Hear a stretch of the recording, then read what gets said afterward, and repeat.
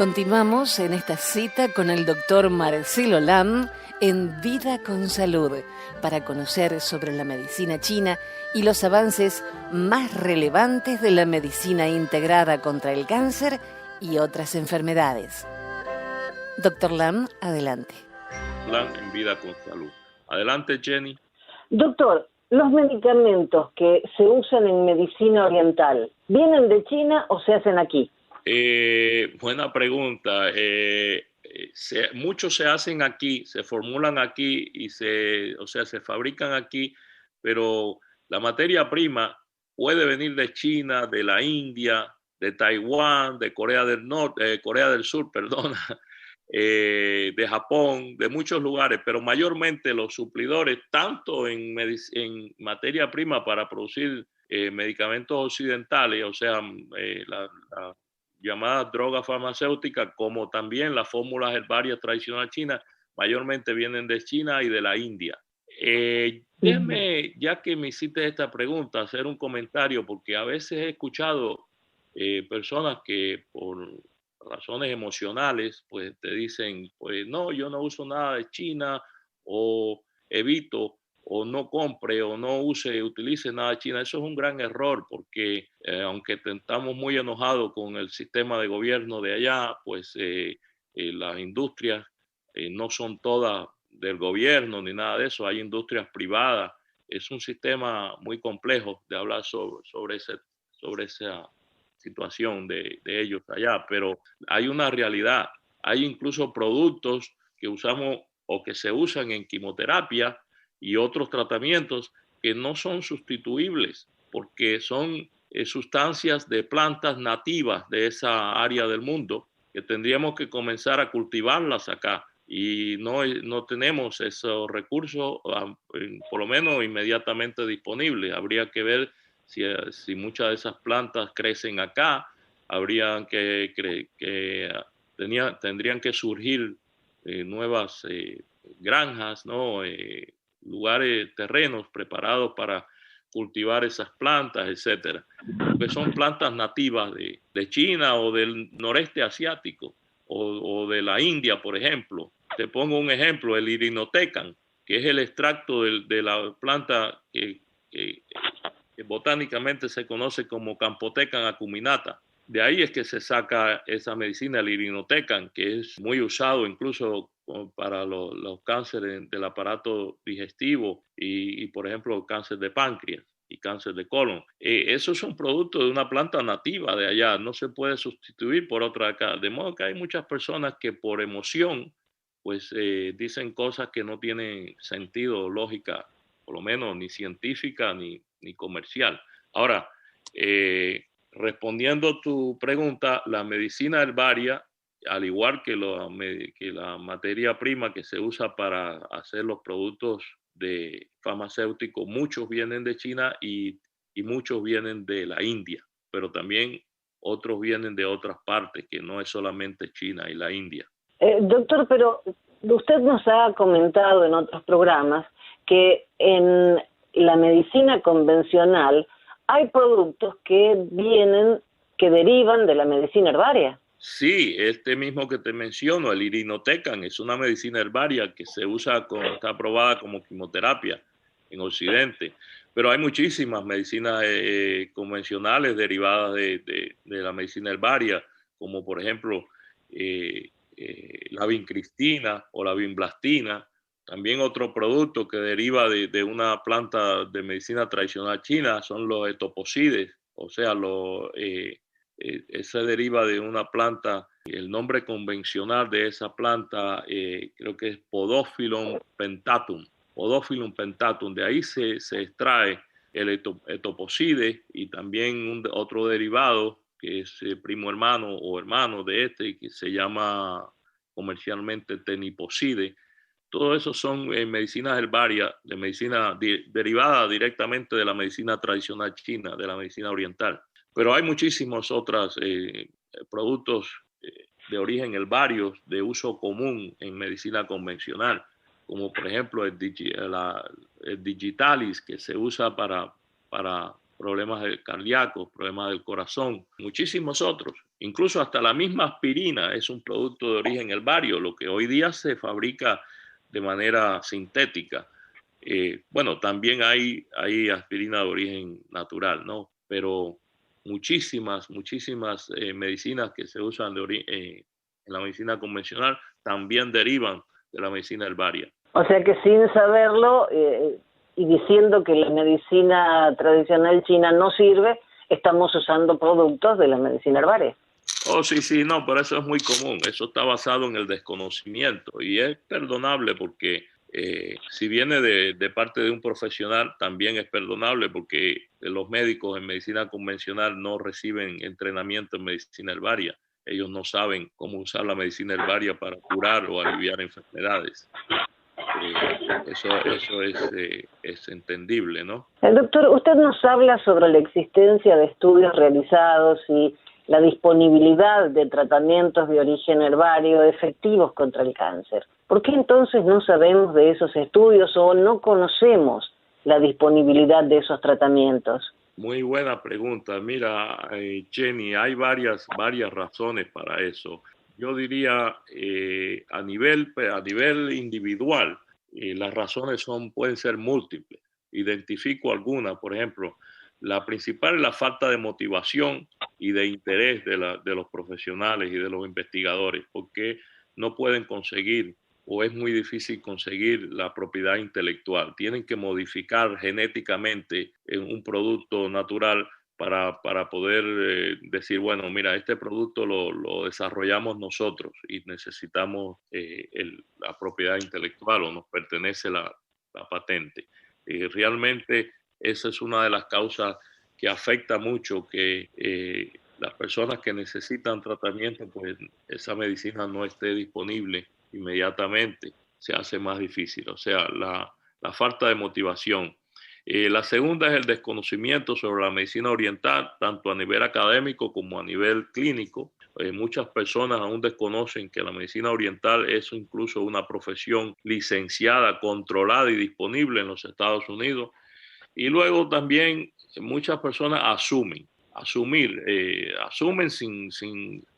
sin fundamento. Por ejemplo, asumen que la medicina convencional es superior y suficiente. Y eso a veces no es así. Muchas veces el tratamiento con medicina oriental es superior e incluso suficiente. Y otras veces de manera complementaria o de manera integrada, pues los resultados son mucho mejores. Otra forma de asumir es que no tiene estudios. Y eso lo dicen con mucha frecuencia sin haber averiguado, sin haber investigado. También asumen que la medicina oriental no tiene fundamento. Eso también es ilógico, eso no es así. La medicina tradicional china tiene sus propios parámetros para identificar una patología y para poder medir o poder evaluar una patología y una condición clínica.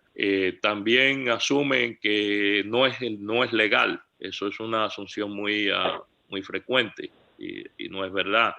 Asumen también que los productos herbarios que se utilizan en medicina oriental tienen que ser aprobados igualmente que las drogas convencionales, las drogas farmacéuticas. Eso tampoco es verdad. También muchas veces asumen que no es permitida la medicina oriental cuando es una profesión tanto académica como clínicamente disponible y controlada acá en Estados Unidos. Otra cosa que asumen es que, bueno, si refiero a un paciente a medicina oriental, pues voy a ser reprimido o rechazado. Muchos médicos que trabajan en instituciones pues tienen temor de referir a un paciente y ser rechazado por otros colegas.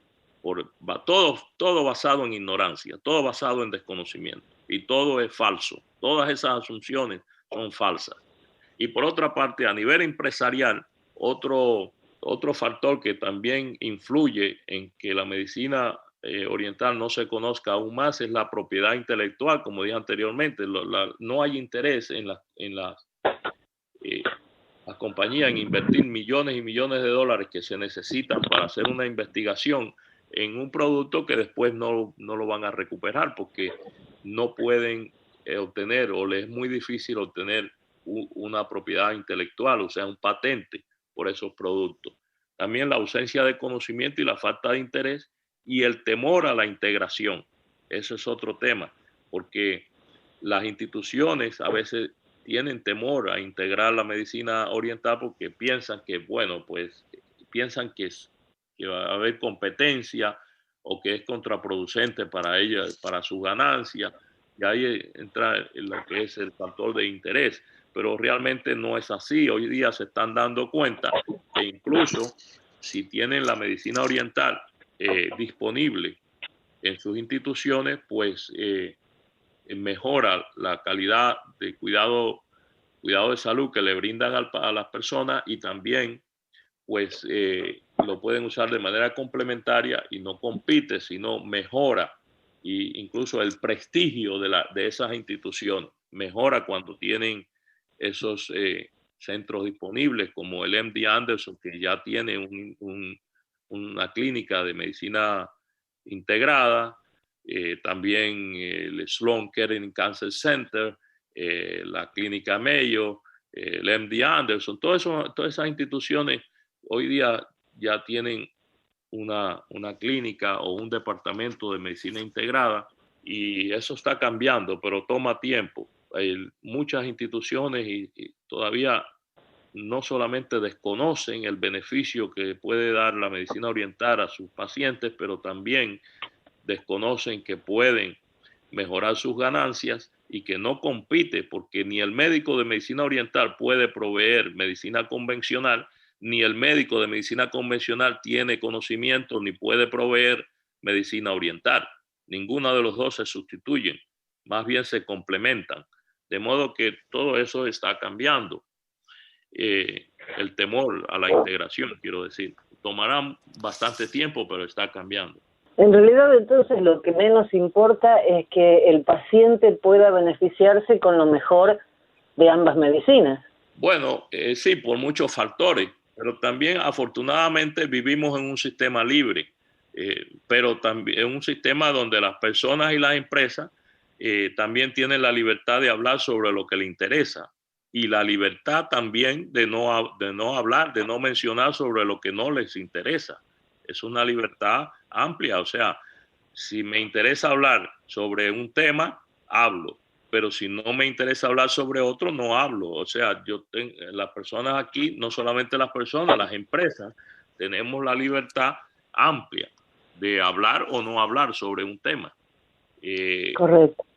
Por eso es la importancia de este programa, donde realmente no vendemos nada, solo damos conocimiento, damos información sobre medicina oriental y otros procedimientos de medicina complementaria con evidencia comprobada para las personas que les interesa o que pueden beneficiarse y desconocen o no tienen información responsable sobre la medicina alternativa o complementaria. Doctor, usted nos hablaba recién de estudios comparativos.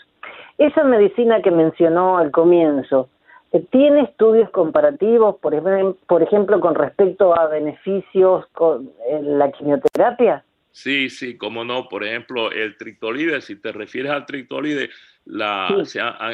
en estudios sólidos, estudios muy respetados, han demostrado que, por ejemplo, el uso de la gemcitabina, que es el arma fundamental contra el cáncer pancreático en cuanto a tratamiento convencional, la gemcitabina, por ejemplo, bajó un 7% del peso del tejido tumoral, en comparación a un 80% que se consiguió con el triptolide. Es increíble la diferencia, ¿no?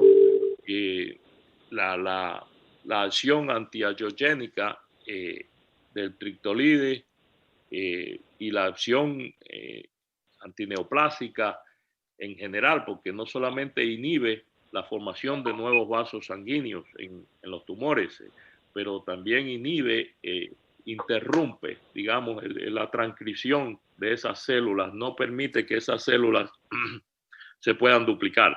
Pero estudios comparativos, sí, hay estudios comparativos clínicos con la gemcitabina, que es, como dije anteriormente, el arma fundamental en cuanto a oncología convencional contra el cáncer pancreático. Y algo muy importante, doctor, costos?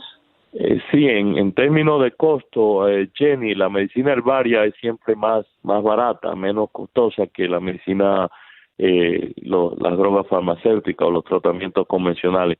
Por ejemplo, la Neulasta, que es uno de los productos que se usan para restablecer la función de la médula ósea cuando ya la persona pues tiene supresión derivado por tratamiento oncológico, por tratamiento por quimioterapia, pues se administra esta medicina, le llaman Neulasta, que cuesta entre $3,000 y $5,000 por administración.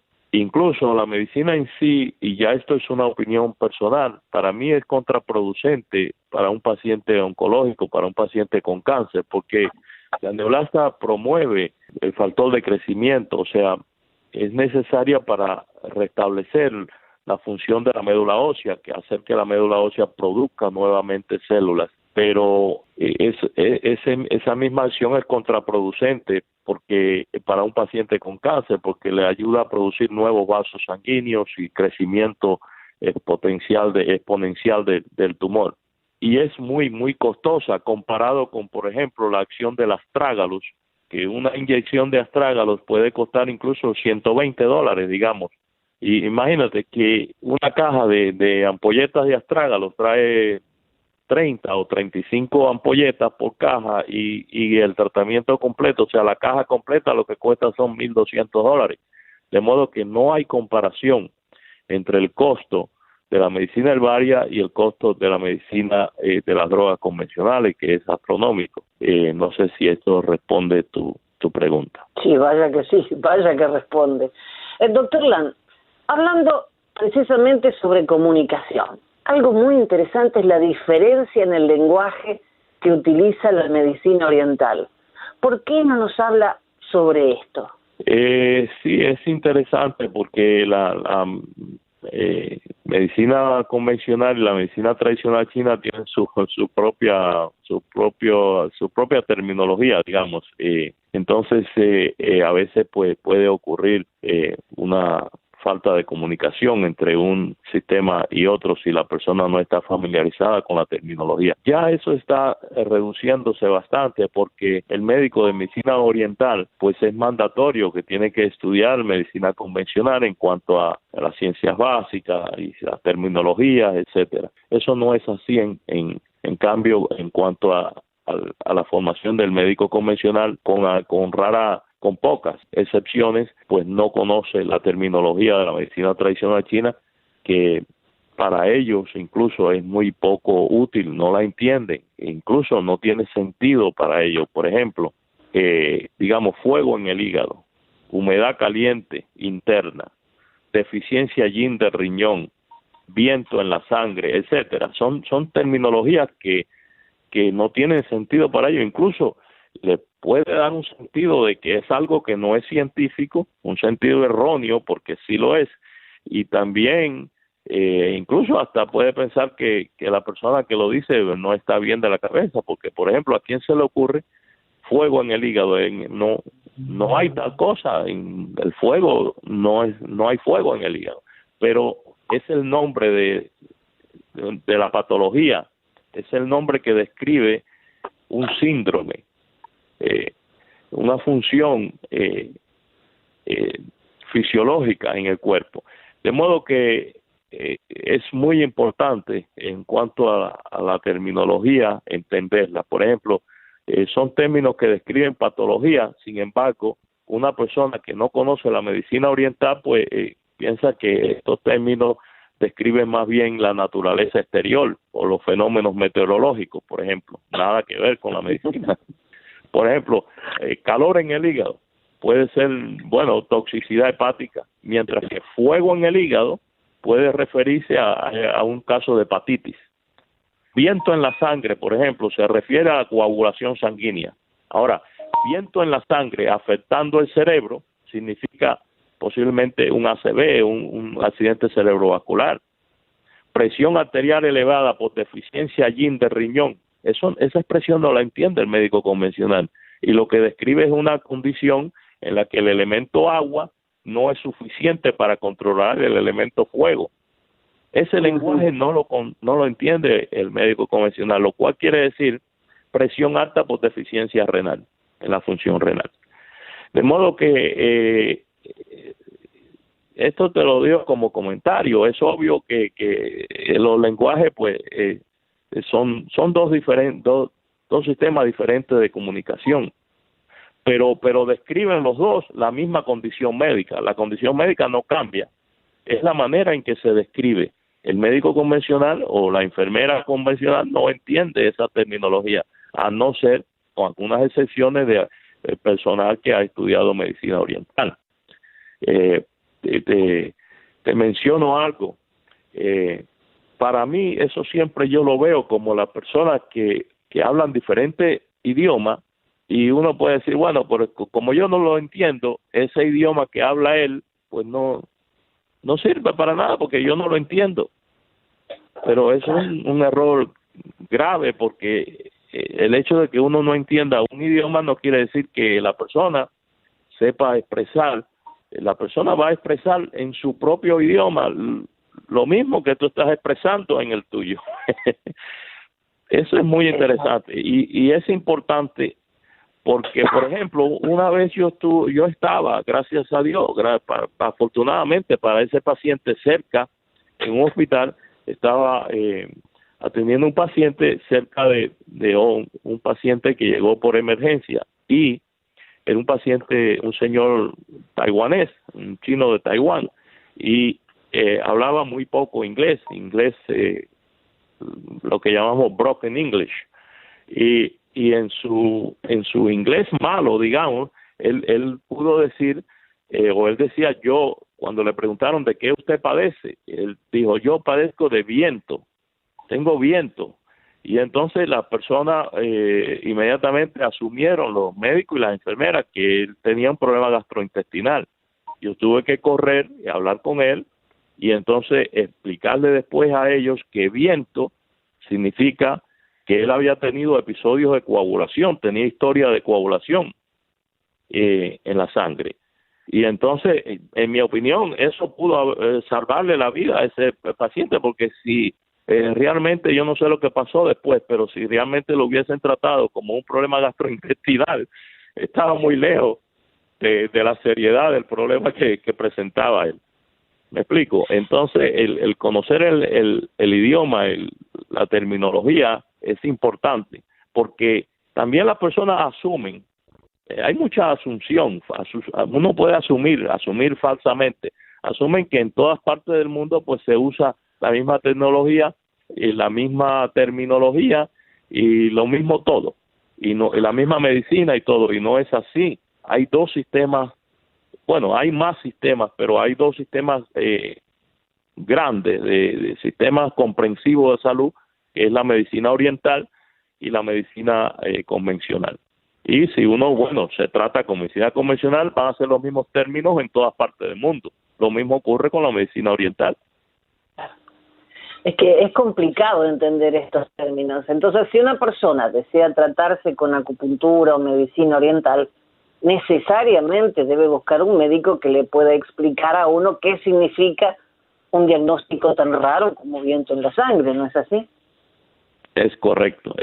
Por eso, si una persona va a buscar la opción de tratamiento con medicina alternativa o complementaria, y muy importante, de forma integrativa, pues que lo haga buscando por lo menos el médico de medicina oriental, que es el médico de medicina complementaria y alternativa con licencia, o sea, como médico, como proveedor primario del cuidado de la salud.